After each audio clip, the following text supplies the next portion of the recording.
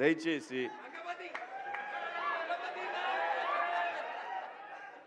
ఇంకో విషయం చెబుతున్నా, అమ్మాయిలు హీరోయిన్లు ఏ బట్టలు పెడితే వేసుకొని పోతే మనమే దరిద్రం అనుభవించాల్సి వస్తమ్మా. ఏమనుకోవద్దు, హీరోయిన్లు అందరూ మీరు అనుకున్నా నాకు పోయేది లేదు, లాగి పీకుతాం మనం, అది వేరే విషయం. కానీ మీ అందం చీరలోనో, మీ అందం నిండుగా కప్పుకునే బట్టల్లోనే ఉంటుంది తప్పితే సామాను కనపడే దాంట్లో ఏముండదమ్మా.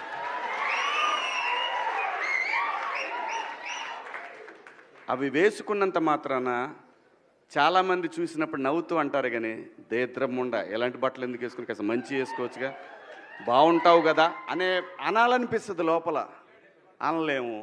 అంటే మళ్ళీ స్త్రీ స్వాతంత్రం లేదా స్వేచ్ఛ లేదు. స్త్రీ అంటే ప్రకృతి, ఎంత అందంగా ఉంటే అంత గౌరవం పెరిగిద్ది.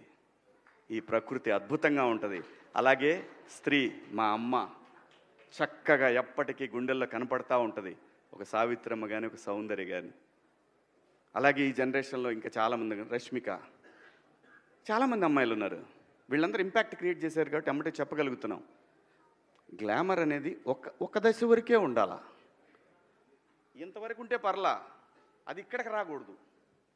నేనేవాళ్ళే కానీ చెప్పడానికి మళ్ళీ అందరు రేపు పొద్దున పెద్ద పెద్ద వాళ్ళంతా బయలుదేరతారు, మాకు స్త్రీ స్వేచ్ఛ లేదు. స్వేచ్ఛ అనేది అదృష్టం. ఆ స్వేచ్ఛని కోల్పోవద్దు. మన గౌరవం ఎప్పుడు పెరుగుద్దంటే మన దేశ భాషల నుంచే మన గౌరవం పెరిగిద్ది. అందులో ప్రపంచ వేదికల మీదైనా సరే చీర కట్టుకున్న వాళ్ళకే విశ్వసుందర కిరీటాలు వచ్చినాయి. Thank you so much.